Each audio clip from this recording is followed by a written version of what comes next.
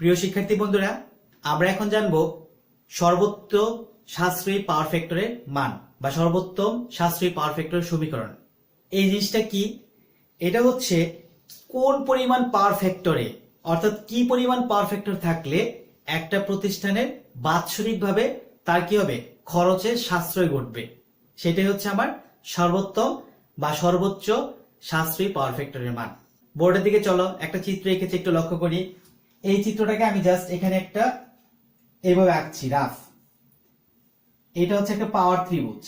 একটা পাওয়ার ত্রিভুজের তিনটা অংশ, তিন ধরনের পাওয়ার এখানে দেখানো হয়: অ্যাক্টিভ পাওয়ার, রিঅ্যাক্টিভ পাওয়ার, আর হচ্ছে অ্যাপারেন্ট পাওয়ার বা আপাত পাওয়ার। এই ভূমি বরাবর যে মানটা দেখানো হয় সেটা হচ্ছে অ্যাক্টিভ পাওয়ার, অ্যাক্টিভ পাওয়ার। আর এই জায়গায় লম্ব বরাবর যে মানটা দেখানো হয় সেটা হচ্ছে রিঅ্যাক্টিভ, রিঅ্যাক্টিভ পাওয়ার। আর অতিভুজ বরাবর যে মানটা দেওয়া হয় তার নাম হচ্ছে অ্যাপারেন্ট পাওয়ার বা আপাত পাওয়ার। অ্যাক্টিভ পাওয়ার একক হচ্ছে কিলোওয়াট, রিঅ্যাক্টিভ পাওয়ার একক হচ্ছে ভার। এখানে যেহেতু কিলোওয়াট মানে ওয়াট, অ্যাক্টিভ পাওয়ার একক হচ্ছে ওয়াট, কিন্তু আমি বড় একক হিসেবে কিলোওয়াট ধরেছি। আর রিঅ্যাক্টিভ পাওয়ার একক হচ্ছে ভার, আর বড় একক হিসেবে আমি এটাকে কে ভার ধরবো, কিলো ভার। ভার বলতে ভোল্ট এম্পিয়ার রিঅ্যাক্টিভ। আর অ্যাপারেন্ট পাওয়ার তার এক হচ্ছে VA, ভোল্ট এম্পিয়ার। শিক্ষার্থীরা এখন একটা জিনিস লক্ষ্য করো, যখন তুমি এই সমীকরণ থেকে বা এই ত্রিভুজ থেকে একটা জিনিস মান বের করতে পারো, এই অ্যাপারেন্ট পাওয়ার মানটা কত হবে। একটা সমকোণী ত্রিভুজের ক্ষেত্রে আমরা কি জানি? আমরা সমকোণী ত্রিভুজের ক্ষেত্রে যদি অতিভুজের মান বের করতে চাই তাহলে সেটা আমরা জানি লম্ব স্কয়ার প্লাস ভূমি স্কয়ার সমান কি হবে, অতিভুজ স্কয়ার। তার মানে আমি বলতে চাচ্ছি এই প্রতিষ্ঠানের রিঅ্যাক্টিভ পাওয়ার এবং প্রতিষ্ঠানের অ্যাক্টিভ পাওয়ার দুইটা যদি আমি একত্রে যুক্ত করি তবে আমি যে মানটা পাবো তার নাম হচ্ছে অ্যাপারেন্ট পাওয়ার। এইটা এবং এইটা দুইটা যোগফল হচ্ছে অ্যাপারেন্ট পাওয়ার। শিক্ষার্থীরা একটু লক্ষ্য করো, এখানে কে ভার দিয়েছি, এখানে কিলোওয়াট দিয়েছি, তাহলে এখানে কি দিব, শুধু ভিএ না দিয়ে একটা কে ভিএ দিব, কিলো ভোল্ট এম্পিয়ার। ওকে, মানে সবগুলোর সাথে আমি একটা কে যুক্ত করেছি, একটু বড় একক নিয়েছি। ওকে, তাহলে আমরা কিন্তু এই ত্রিভুজটাকে এভাবে এঁকেছি। এই ত্রিভুজটা যদি এইদিকে এভাবে আঁকি তাহলে এইটা হচ্ছে ভূমি, এখানে ধরো একটা কোণ উৎপন্ন হলো, এখানে একটা কোণ উৎপন্ন হলো, এখানে কোণটা ছিল এইদিকে। তাহলে এখানে যে একটা কোণ উৎপন্ন হয় θ1, তাহলে এটা হচ্ছে ভূমি। এবং এই যে লম্ব, লম্ব হচ্ছে এইটা, ভূমি বরাবর দেখাবো আমি অ্যাক্টিভ পাওয়ার, এই লম্ব সেই বরাবর দেখাবো হচ্ছে রিঅ্যাক্টিভ পাওয়ার। এবং এই যে অতিভুজ, সেই অতিভুজ বরাবর দেখাবো আমি আপাত পাওয়ার বা অ্যাপারেন্ট পাওয়ার। তাহলে এখন চলো আমরা যে বিষয়টা হিসাব করতেছিলাম সেটা হচ্ছে সর্বোত্তম সাশ্রয়ী পাওয়ারের কি সমীকরণটা কি হতে পারে। শিক্ষার্থীরা ধরে নাও কোন একজন গ্রাহক তার প্রাথমিক অবস্থায় পাওয়ার ফ্যাক্টরের মান ছিল cos θ1, আর এই পাওয়ার ফ্যাক্টরে সে P কিলোওয়াট লোড কি করলো, গ্রহণ করছে প্রতিষ্ঠানে। তাহলে চলো এই মানগুলো আমি এই সমীকরণের মধ্যে একটু দেখাই, এই ত্রিভুজের মধ্যে একটু দেখাই।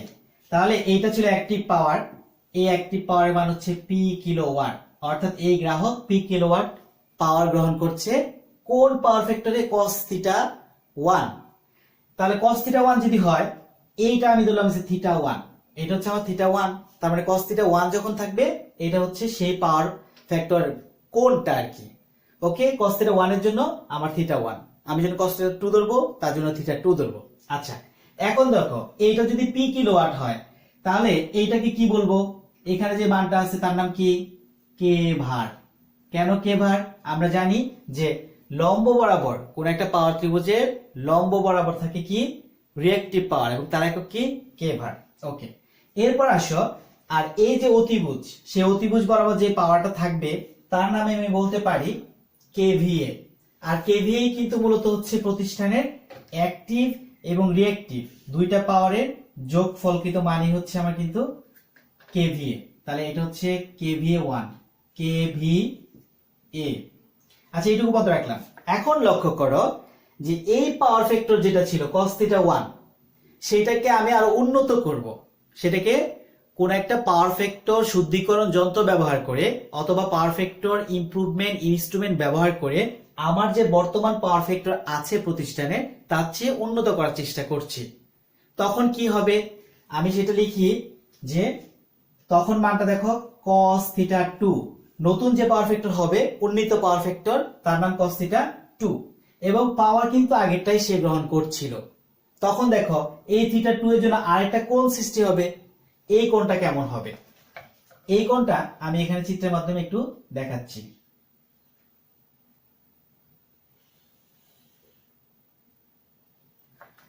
আমি থিটা 1টা একটু মুছে দিয়ে আবার নিচের দিকে লিখবো। হ্যাঁ, এটা হচ্ছে থিটা 1 ছিল। ওকে, এখন দেখো যেই মুহূর্তে আমার পাওয়ার ফ্যাক্টরটা ইমপ্রুভ হলো সেই মুহূর্তে কি হলো, এইটা কিন্তু যে কে ভার পুরাটা দেখো, এটা কিন্তু বিশাল একটা কি ছিল, প্রথম অবস্থায় কে ভার ছিল এই পুরাটা। যখন পাওয়ার ফ্যাক্টর ইমপ্রুভ হলো অর্থাৎ আমি কি করলাম, cos থিটা 2 নিলাম, আর এই থিটা 2 এর মান কোনটুকু, এইটুকু হচ্ছে থিটা 2, এইটুকু হচ্ছে কি থিটা 2। আগে দেখো কোণের মান কত বড় ছিল, এখান থেকে এতটুকু ছিল তার কোণের মান, এবং এটা ছিল তার অ্যাক্টিভ পাওয়ার, এত বড়টা ছিল তার রিঅ্যাক্টিভ পাওয়ার। আমার কাজ হচ্ছে প্রতিষ্ঠানের রিঅ্যাক্টিভ পাওয়ারকে যে কোনো ভাবে মিনিমাইজ করা যায় কিনা। তাহলে এত বড় রিঅ্যাক্টিভ পাওয়ারকে আমি যখন শুদ্ধিকরণ যন্ত্র ব্যবহার করলাম, যার পাওয়ার ফ্যাক্টর ছিল cos থিটা 2, সেটা ব্যবহার করার ফলে আমার দ্বিতীয় দেখো কে ভারের পরিমাণ কতটুকু চলে আসছে। প্রথম অবস্থায় কে ভার ছিল কি পুরাটা, আমি এটাকে দিলাম কে ভার 1, প্রথম অবস্থায় কে ভার ছিল পুরাটা, আর এখন কে ভারের পরিমাণটা কতটুকু, এখন কে ভারের পরিমাণটা কিন্তু এইটুকু। দ্বিতীয় ক্ষেত্রে কে ভারের পরিমাণ কমে গেছে, আর আমার উদ্দেশ্যটাই ছিল যে কোনো ভাবে আমার এই কে ভারটাকে কমানো যায় কি না। শিক্ষার্থীরা, কে ভার 2 যদি এইটুকু হয় তাহলে কেভিএ কোনটুকু হবে, পূর্বের কে ভার ছিল পুরাটা, পূর্বের কেভিএ ছিল এইটুকু। এখন দেখো এখন কে ভার হচ্ছে এইটুকু, তাহলে কেভিএ কোনটুকু, কেভিএ হচ্ছে এইটুকু। তাহলে আমি এটাকে কেভিএ 1 ধরবো আর এটাকে লিখবো হচ্ছে কেভিএ 2। ওকে, এখন চলো আমরা এই যে গাণিতিক যে সমীকরণটা, সেই সমীকরণটা আমরা একটু রেডি করার চেষ্টা করি। শিক্ষার্থীরা, আমি এখানে অনেক কথা বলেছি, সব কথা কিন্তু তোমরা অবশ্যই যদি পরীক্ষার মধ্যে আসে এটা অবশ্যই সেই কথাগুলো কিন্তু লিখতে হবে, আমি যে কথাগুলো বলেছি। এখন একটু দেখো, আমি বললাম যে প্রথম অবস্থায় কি ছিল, cos থিটা 1 তার পাওয়ার ফ্যাক্টর ছিল, আর সেই পাওয়ারে সে কি করলো, পি কিলোওয়াট লোড গ্রহণ করলো।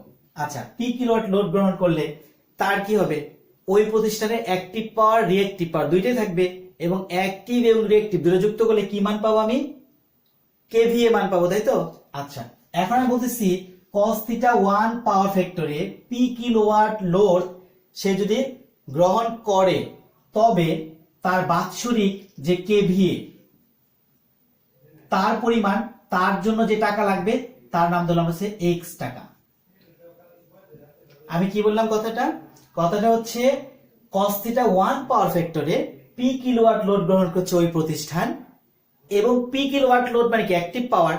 তাহলে ওই প্রতিষ্ঠান কি শুধু অ্যাক্টিভ পাওয়ারের জন্য বিল দিবে না, ওই প্রতিষ্ঠান কিন্তু অ্যাক্টিভ পাওয়ার প্লাস রিঅ্যাক্টিভ পাওয়ার দুইটার জন্যই কিন্তু তাকে বিল দিতে হয়।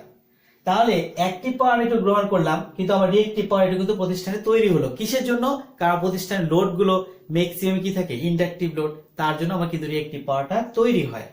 তাহলে এই অ্যাক্টিভ পাওয়ার প্লাস এই রিঅ্যাক্টিভ পাওয়ার যুক্ত করলে আমি যে মানটা পাবো তার নাম কি, অ্যাপারেন্ট পাওয়ার।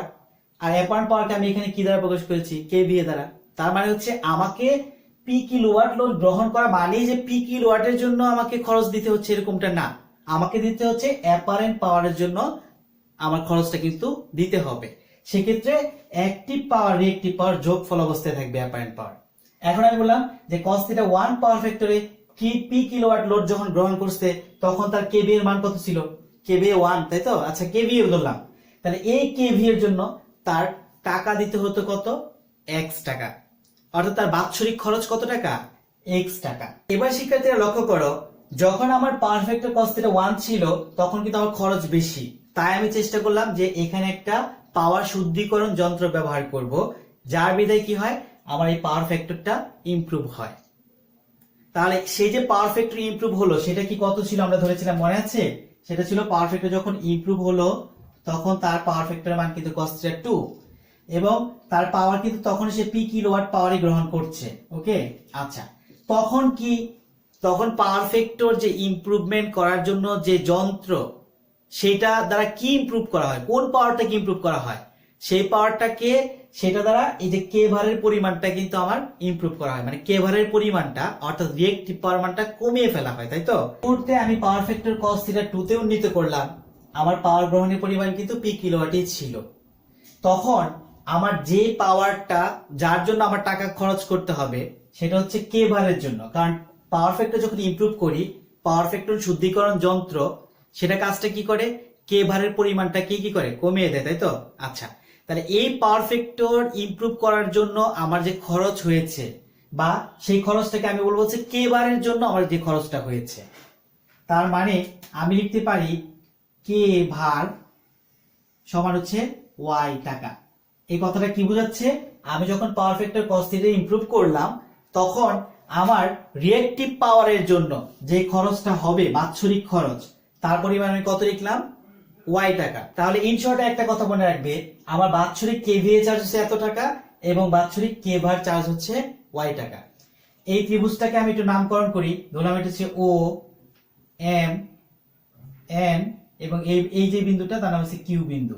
ওকে, আচ্ছা, প্রথমে যেহেতু আমি বলেছি কেভিএ, তাই আমার কাজ হচ্ছে পাওয়ার ফ্যাক্টর যখন উন্নত করি নাই তার কেভিএ এর মানটা বের করা এবং পাওয়ার ফ্যাক্টর যখন উন্নত করেছি তার কেভিএ এর মানটা বের করা।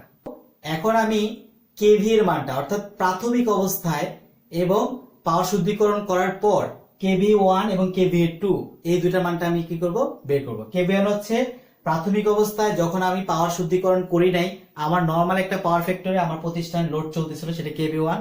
পরবর্তীতে পাওয়ার শুদ্ধিকরণ যখন করা হয়েছে তখন তার যে কেভিএ এর মানটা আছে সেটা হচ্ছে কেভিএ 2। এই মানটা যে আমি একটু বের করতে চাই, শিক্ষার্থী একটু লক্ষ্য করো, ভূমির মান দেওয়া আছে আর তোমার বের করতে হবে অতিভুজ। তাহলে কোন ত্রিকোণমিতিক কোণ ব্যবহার করবে তুমি? ভূমির সাথে অতিভুজের সাথে সম্পর্ক কার? cos থিটা, তাই না? sin থিটা সমান হচ্ছে লম্ব বাই অতিভুজ আর cos থিটা সমান কি, ভূমি বাই অতিভুজ। এটা হচ্ছে ভূমি, আমাকে বের করতে হবে এইটা। তাহলে আমি কোন সূত্র দিয়ে ফেলবো, cos থিটা সূত্র ফেলবো। তাহলে আমি বলতেছি প্রথম কাজটা দেখো, কোন ত্রিভুজের ক্ষেত্রে বলতেছি, প্রথম হচ্ছে ও এম এন ত্রিভুজে। কোন ত্রিভুজে বললাম, ও এম এন, এই ত্রিভুজে আমি কি বের করতেছি, কেভিএ 1। তাহলে এখানে আমি জানি কি, ভূমি জানি আর অতিভুজ জানি, সম্পর্ক কার সাথে, cos থিটা। তাহলে আমি লিখতে পারি cos থিটা 1। কেন আমি 1 লিখলাম, কারণ আমি প্রথম ক্ষেত্রে কাজ করছি আর প্রথম ক্ষেত্রে কিন্তু এই প্রতিষ্ঠানের পাওয়ার ফ্যাক্টর মান ছিল cos থিটা 1 আর তার জন্য যে কোণ ছিল সেটা কিন্তু থিটা 1। তাহলে cos থিটা 1 সমান হচ্ছে ভূমি বাই অতিভুজ। ভূমি কোনটুকু, ভূমি হচ্ছে ও এম আর অতিভুজ হচ্ছে ও এম।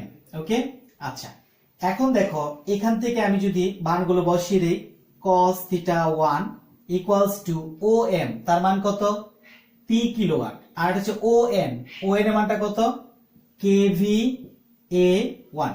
সেক্ষেত্রে আমি যদি কেভিএ 1টা বের করতে চাই কি লিখতে পারি, আমি লিখতে পারি কেভিএ 1 সমান হচ্ছে পি, নিচে হচ্ছে cos থিটা 1।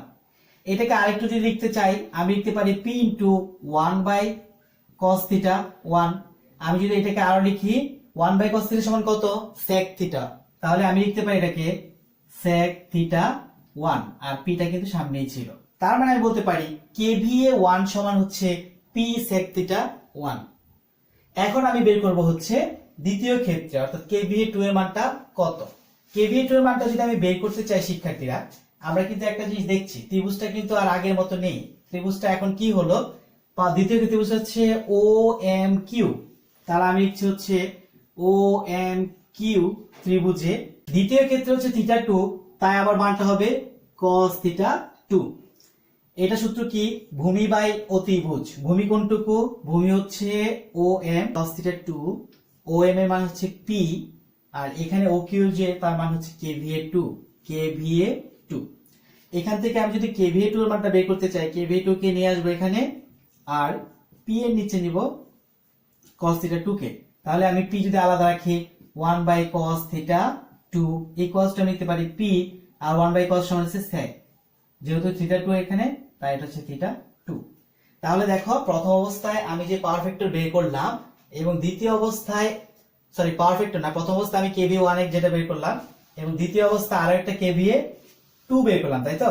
তাহলে এখন দেখো আমাদের কিন্তু একটা কি হয়েছে, কেভিএ জনিত কিন্তু একটা চার্জ দিতে হবে, তাই না? তার মান কত ছিল, x টাকা। তাহলে আমি লিখছি কেভিএ জনিত চার্জ, সেটাকে বলবো হচ্ছে বার্ষিক কেভিএ জনিত চার্জ। একটু লক্ষ্য করো প্রথম অবস্থায় কি ছিল, পানটা মান ছিল পি sec থিটা 1। এরপর দ্বিতীয় অবস্থায় তার মানটা কত ছিল, পি sec থিটা 2 কেভি এর মানটা কিন্তু, তাই না? আচ্ছা, কেন আমি প্রথমটা থেকে দ্বিতীয়টা বাদ দিলাম? কারণ প্রথম অবস্থায় কিন্তু আমার পুরাটা চার্জ দিতে হচ্ছে। যেই মুহূর্তে আমি কি করলাম, আমার পাওয়ার ফ্যাক্টর ইমপ্রুভমেন্ট ইকুইপমেন্টটা ইউজ করলাম, তখন কিন্তু আমার সরি, এটা কিন্তু কেভিএ প্রথমটা পুরাটা দেওয়া লাগছিল, পরবর্তীতে কেভিএ এর মানটা কিন্তু কমে গেছে, তাই না? তাহলে আমার কিন্তু পুরাটা, এই যে প্রাথমিক অবস্থায় যে পুরা কেভিএ 1, তার জন্য আমার বিল দেওয়া লাগছে না। কারণটা কি? আমি শুদ্ধিকরণ যন্ত্র ব্যবহার করেছি, ব্যবহার করে তার কেভিএ এর মানটা কিন্তু ছোট করে নিয়েছি, তাই না? তাহলে কতটুকুর জন্য? এখান থেকে দেখো, এখান থেকে এতটুকু ছিল।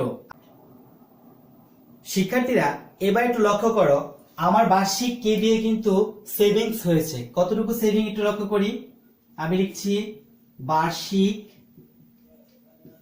কেভিএ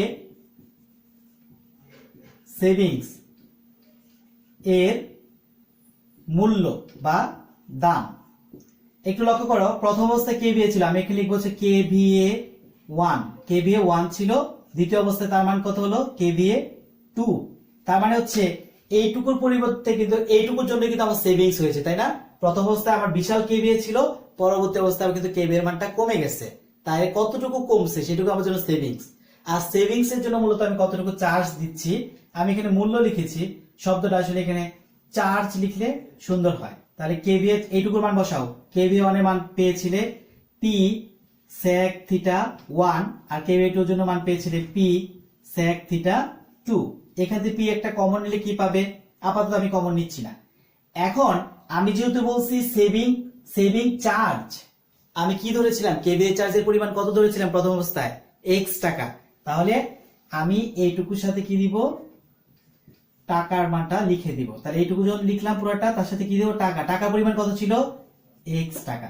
তাহলে আমি বলতে পারি বার্ষিক কেভিএ সেভিং চার্জের পরিমাণ, পি যদি একটা কমন নেই, পি কমন নিলাম, আর সাথে একটা x রইলো, তার মান হলো sec theta 1 minus sec theta 2।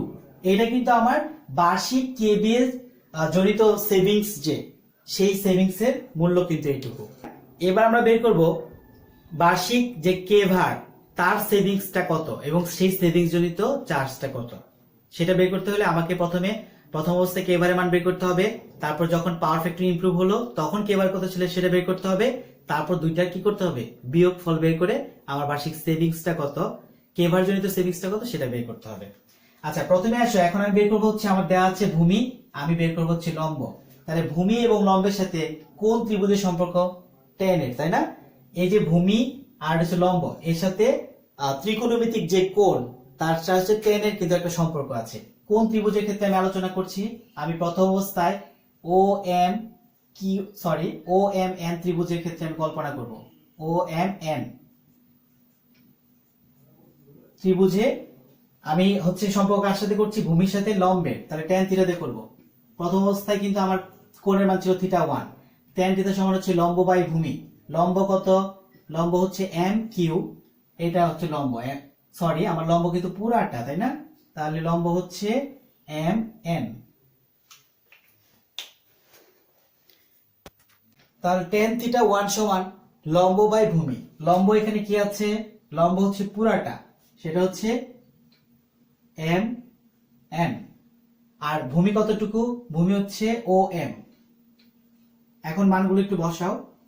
tan theta ঠিক আছে, tan থিটা 1, আর এম এন এর মানটা কত? এম এন এর মানটা হচ্ছে কেভার 1,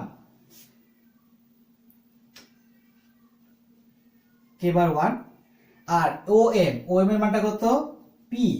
তাহলে আমি এটাকে লিখতে পারি, কেভার 1 এর মান যদি বের করতে চাই, কেভার 1 equals to P tan theta 1। এটা কিন্তু কেভার 1 এর মানটা আমি বের করে ফেললাম। ঠিক অনুরূপ ভাবে আমি যদি আরেকটা ত্রিভুজ থেকে tan থিটা 2 এর মানটা বের করতে চাই, অর্থাৎ কেভার 2 এর মানটা আমি বের করতে চাই, সেই ত্রিভুজটার নাম কি বলবো? ও এম কিউ। তাহলে ত্রিভুজ ও এম কিউ হতে কি মানটা পাচ্ছি? আমার দরকার হচ্ছে ভূমি এবং লম্ব। তাহলে আমি tan থিটা ইউজ করছি। দ্বিতীয় ক্ষেত্রে কোণের মানটা কত ছিল? থিটা 2।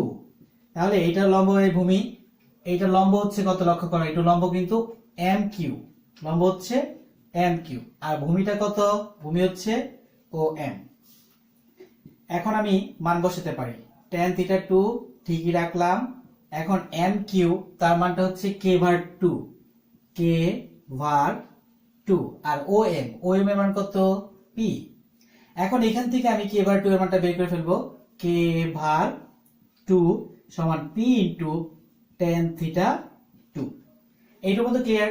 এখন আমার কাজ হচ্ছে এই পাওয়ার ফ্যাক্টর শুদ্ধিকরণ যন্ত্রের দ্বারা আমার যে খরচটা সেভিংস হলো সেইটুকু আমি বের করব। তাহলে আমি বলতেছিলাম শুদ্ধিকরণ যন্ত্র, শুদ্ধিকরণ মানে কি, শুদ্ধিকরণ যন্ত্রের দ্বারা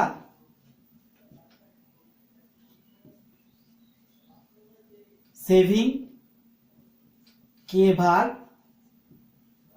এর চার্জ। তাহলে একটু লক্ষ্য করি এটা কিভাবে সেভিংস হলো, কে ভার 1 থেকে কে ভার 2 বাদ দিব। কে ভার 1 এর মান কিন্তু অনেক বড় আমরা জানি, এবং কে ভার 1 থেকে যদি আমি কে ভার 2 এর মানটা বাদ দিই তাহলে আমি কিন্তু সেভিংসটা পাবো। আচ্ছা, তখন কি পাবো, সেভিংস এর সাথে কি আমি যেহেতু চার্জ বলেছি তাই এর সাথে কি টাকা দিয়েও গুণ দিতে হবে। আমরা কিন্তু প্রথমেই বলেছিলাম যে কে ভার জনিত যে খরচ তার নাম কিন্তু ওয়াই, মানে তার টাকার তার পরিমাণ কত, ওয়াই টাকা। তাহলে আমি এখানে যেটা করব, কে ভার 1 এর মান ছিল, কে ভার 1 এর মান কত ছিল, সেটা ছিল হচ্ছে পি tan থিটা 1 মাইনাস এটা মান ছিল পি tan থিটা 2। ওকে, আর টাকার পরিমাণটা কত ছিল, কে ভারের জন্য টাকার পরিমাণ ছিল ওয়াই টাকা। তাহলে এখান থেকে যদি আমি একটা লিখতে পারি পি ওয়াই আর tan theta 1 minus tan theta 2, এখানে কিন্তু 2 এর মানটা দেওয়া হয়নি। ওকে, তাহলে এইটা হচ্ছে পাওয়ার ফ্যাক্টর শুদ্ধিকরণ যে যন্ত্র, সেইটার দ্বারা যে পরিমাণ কে ভার সেভিংস হয়েছে সেই সেভিংস এর চার্জের মান। সেভিংস কত, এটা থেকে বাদ দিছি, পরে যেটুকু পাইছি সেটুকু সেভিংস, আর সেটাকে আমি যখন মূল্য দ্বারা গুণ করলাম তখন কিন্তু পেলাম সেভিংস চার্জ। ওকে, এখন আমরা বের করব হচ্ছে নেট সেভিংটা কত হলো। শিক্ষার্থীরা একটা জিনিস লক্ষ্য করো, প্রথম অবস্থায় আমি যে মানটা বের করলাম সেটা হচ্ছে আমার প্রতিষ্ঠানের জন্য বার্ষিক খরচের পরিমাণ। প্রথম অবস্থায় যেটা আমি কেভিএ বের করেছিলাম সেটা হচ্ছে আমার প্রতিষ্ঠানের জন্য কি বার্ষিক খরচের পরিমাণ। তাহলে যখন আমি পাওয়ার ফ্যাক্টর শুদ্ধিকরণ যন্ত্র ব্যবহার করলাম, পাওয়ার ফ্যাক্টর শুদ্ধিকরণ যন্ত্র ব্যবহার করার ফলে আমি কিন্তু বার্ষিক খরচের পরিমাণটা কমিয়ে এনেছি, তাই তো। তাহলে বার্ষিক খরচের পরিমাণ যেটা কমিয়ে আনলাম সেটা মূল খরচ থেকে আমি বাদ দিয়ে দেখাবো, সেটাকে আমি বলছি নিট বার্ষিক সেভিংস। আমি লিখি হয়তো আর একটু ক্লিয়ার হবা, সেটাকে আমি যদি এস দ্বারা প্রকাশ করি সেভিংস, সূত্রটা কি হবে, প্রথমে আমি কি বলেছিলাম, প্রথমে কেভিএ আমি একটু লিখি, বার্ষিক কেভিএ চার্জ মাইনাস, আর এটা হবে কি বার্ষিক কে ভার চার্জ। এটা তোমাদের বোঝানোর জন্য জাস্ট আমি একটু লিখলাম। তাহলে বার্ষিক সেভিংস এর ফলে যে কেভিএ চার্জ হলো আর বার্ষিক সেভিং এর ফলে যে কে ভার চার্জ হলো, দুইটার যে পার্থক্য সেটা হচ্ছে আমার নেট বার্ষিক সেভিং। এইটা আমি দেখো প্রথম কেভিএ চার্জ যখন বের করছিলাম তার মানটা লিখেছিলাম হচ্ছে পি এক্স, তারপর হচ্ছে sec theta 1 minus sec theta 2, এটা বার্ষিক কেভিএ চার্জ। এরপর দেখো এটা বার্ষিক হচ্ছে কে ভার চার্জ, সেটাও কতটুকু, এর মানটা হচ্ছে পি ওয়াই, সূত্রটা ছিল tan theta 1 minus tan theta 2, এইটুকু পর্যন্ত কিন্তু আমি লিখতে পারি, তাই না। আচ্ছা, এখন আমি সবগুলো থেকে যদি পি কমন নেই তাহলে কি থাকে, সবগুলো থেকে পি কমন নিলে এক্স ইন্টু, আমি এটাকে চাইলে গুণ করেও দিতে পারি, গুণ করে দিই x sec theta 1 minus x sec theta 2 minus, আমি কিন্তু পি কমন নিয়েছি তাই না, পি কমন নিলে এখানে কি থাকে এক্স ছিল, তাহলে এক্স দিয়ে এটার সাথে গুণ এটার সাথে একবার গুণ করলাম এইটুকু। এরপর দেখো এখান থেকে কিন্তু পি কমন নিয়ে ফেলেছি, আছে কি ওয়াই, ওয়াই এর সাথে গুণ দিলে কত হবে, এটা Y tan theta 1 Y tan theta 1, a minus a minus সেটা কি হবে প্লাস ওয়াই tan থিটা 2। তাহলে এটা হচ্ছে মূলত আমার নিট বার্ষিক সেভিংস। আচ্ছা, এখন আমাকে প্রশ্নে বলা হয়েছিল যে সর্বোত্তম সাশ্রয়ী পাওয়ার ফ্যাক্টর মান বের করতে। তাহলে আমি যদি এই নিট বার্ষিক সেভিংস কে থিটা 2 এর সাপেক্ষে, থিটা 2 বলতে আমি বলছি যে আর দ্বিতীয় ক্ষেত্রে পাওয়ার ফ্যাক্টর যখন ইমপ্রুভ হলো সেই কোণের সাপেক্ষে আমি এই সমীকরণটাকে অন্তরীকরণ করি, তবে যে মানটা পাবো সেটা হচ্ছে আমার সর্বোচ্চ সাশ্রয়ী পাওয়ারের মান। তাহলে চলো আমাদের কাজ হচ্ছে এইটাকে অর্থাৎ এই সমীকরণটাকে সর্বোচ্চ সাশ্রয়ী পাওয়ার ফ্যাক্টরের মান বের করতে হলে এইটার অন্তরীকরণের মান বের করতে হবে। কার সাপেক্ষে? থিটা 2 এর সাপেক্ষে। কেন আমি থিটা 2 এর সাপেক্ষে করব? কারণ থিটা 2 হচ্ছে আমার পরিবর্তিত পাওয়ার ফ্যাক্টরের মানটা। তার জন্য আমি থিটা 2 এর সাপেক্ষে করব, থিটা 1 এর সাপেক্ষে নয়। শিক্ষার্থীরা, আমি থিটা 2 এর সাপেক্ষে এই সমীকরণটাকে অন্তরীকরণ করছি। অন্তরীকরণ করতে হলে প্রথমে একটা অংশ নিয়ে আসতে হবে, তার নাম হচ্ছে ডি বাই ডি। আমি কিন্তু বলেছি থিটা 2 এর সাপেক্ষে, তাই এটার মান হবে ডি বাই ডি থিটা 2।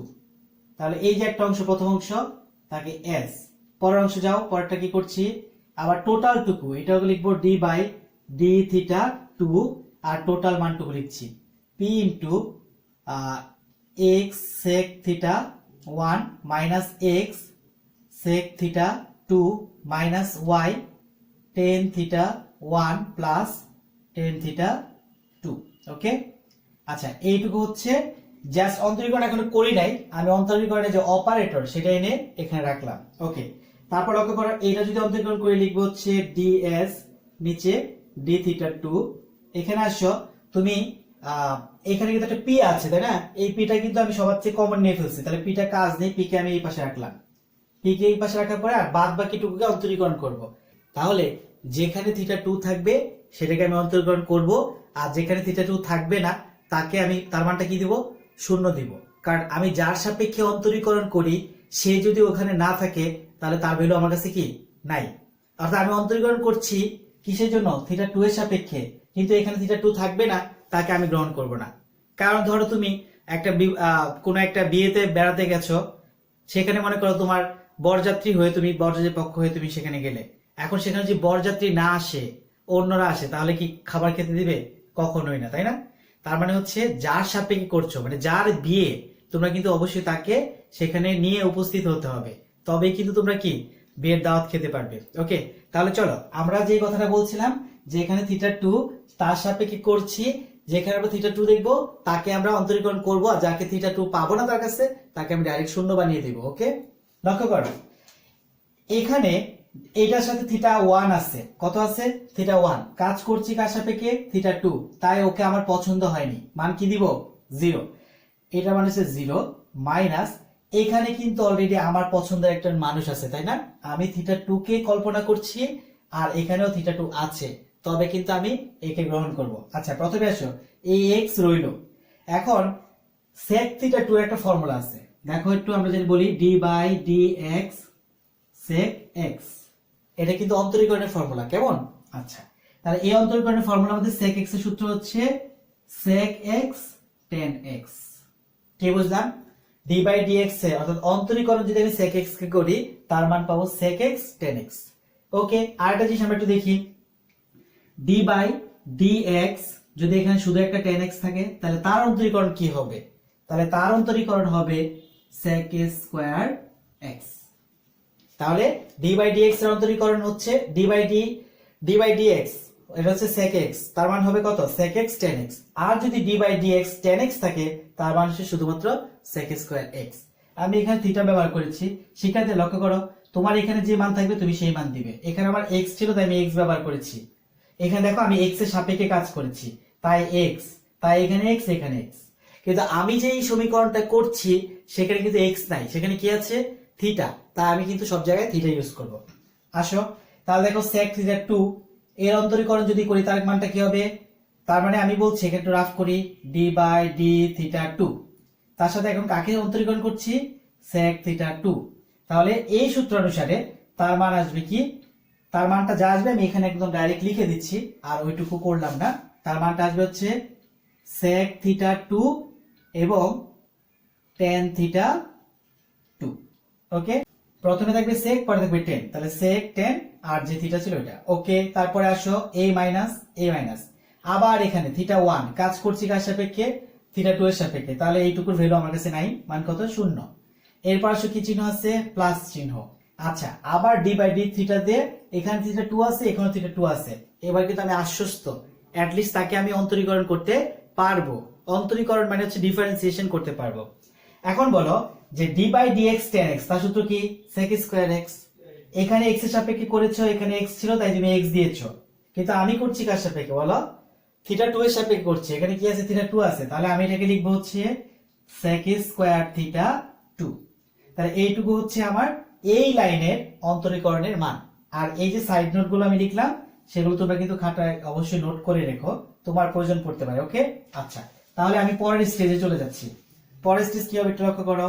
বা DS D theta two equals to P, আমি যদি লিখি minus x sec theta two tan theta two plus sec square theta two, এইটুকু পর্যন্ত। এখন যে কাজটা করতে হবে, আমি তখনই এর সর্বোচ্চ মান পাবো যখন এর অন্তরীকরণের মান শূন্য ধরবো। আমি কি বললাম? যে কোনো একটা সমীকরণের অন্তরীকরণের মান যদি শূন্য হয় তখনই আমি কিন্তু এর ম্যাক্সিমাম ভ্যালু অথবা মিনিমাম ভ্যালুটা পেয়ে থাকি। তাহলে আমি যদি এর ম্যাক্সিমাম ভ্যালু পেতে চাই তাহলে তার অন্তরীকরণের মান কত হতে হবে?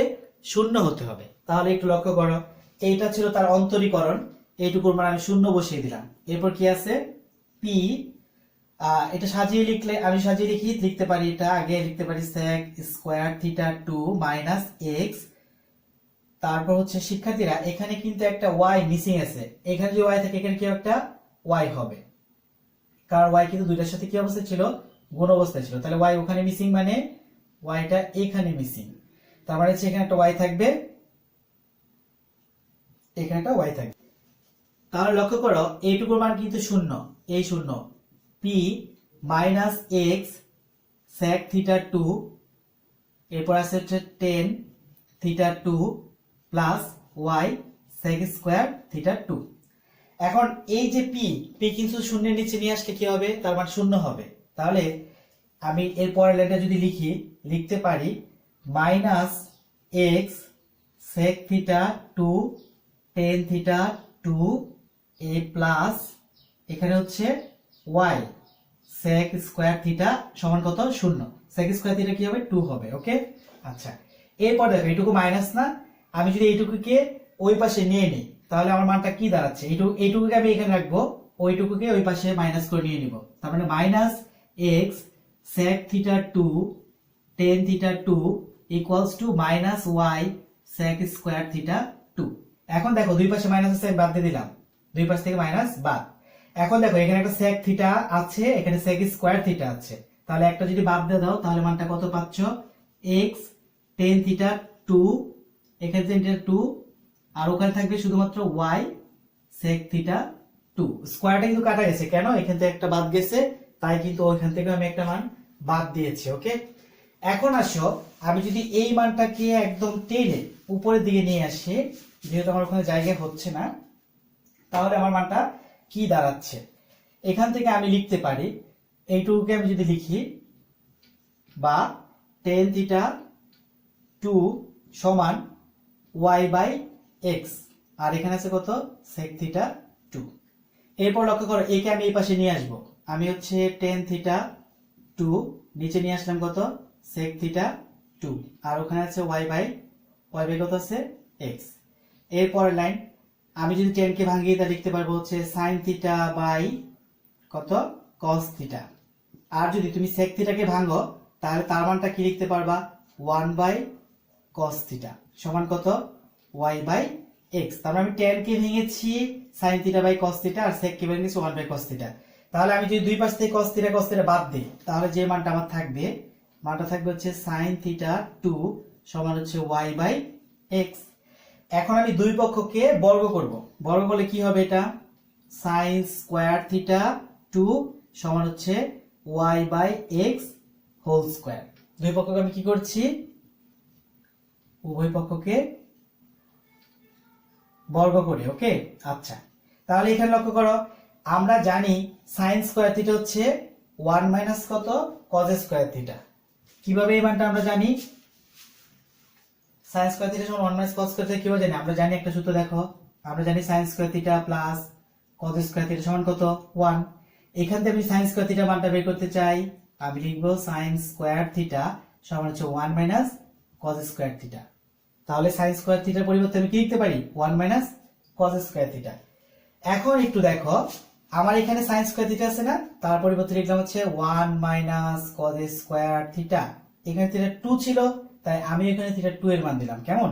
আচ্ছা, আর ওই পাশে রইল কত y by x whole square, বা a minus cos square theta equals to, যে কাজটা আমি করছি এখানে হচ্ছে Y square minus X square আলাদা রাখলাম, Y minus X whole square. এই যে 1 ছিল এটাকে মাইনাস করে এই দিকে নিয়ে আসলাম, প্লাস এর মাইনাস করে নিয়ে আসলাম। ওকে, আচ্ছা এখন লিখবো হচ্ছে cos theta. Cos theta minus রইলো, কজ স্কোয়ার থিটা রইলো, এটাকে জাস্ট সামনে নিয়ে আসবো। সামনে নিয়ে আসবো বলতে কি, এই -1 ছিল সামনে, তার জন্য নিয়ে আসলাম এটাকে, আর y by x whole square. এখন যে কাজটা করতে হবে আমার, এখানে মাইনাস কজ স্কোয়ার থিটা কিন্তু রইলো, এখান থেকে আমি মাইনাস কমন নেই, তাহলে কি রইলো একটু লক্ষ্য করো, 1 minus Y by x whole square. কেমন? আচ্ছা এখন আমি দুই পাশ থেকে -1 বাদ দিতে পারি, তাহলে লাইনটা কি থাকবে, লাইনটা থাকবে হচ্ছে cos square theta equals to 1 minus Y by x whole square. এখন এই যে স্কোয়ার আছে সেই স্কোয়ারটা জাস্ট উঠিয়ে দিব, উঠিয়ে কি দিতে পারি, আমি লিখতে পারি কজ থিটা সমান রুট ওভার, কেন রুট ওভার দিলাম, কারণ এই স্কোয়ারটা উঠিয়ে দিছি, তাহলে কি থাকবে এখানে 1 minus Y by x whole square. তাহলে শিক্ষার্থীরা এই যে মানটা কস থিটা মানে কি, কস থিটা মানে পাওয়ার ফ্যাক্টর, আর আমরা কি বের করতেছিলাম, আমরা সর্বোত্তম সাশ্রয়ী পাওয়ার ফ্যাক্টরের মান বের করছিলাম। এইটাই হচ্ছে সেই পাওয়ার ফ্যাক্টরের মান, যেটার দ্বারা আমরা কি করতে পারি, কোনো প্রতিষ্ঠানের সর্বোচ্চ কি পরিমাণ পাওয়ার ফ্যাক্টর থাকলে সাশ্রয়ী হবে সেটা বের করতে পারি। শিক্ষার্থীরা অনেকক্ষণ ধৈর্য ধরে দেখার জন্য ধন্যবাদ সবাইকে।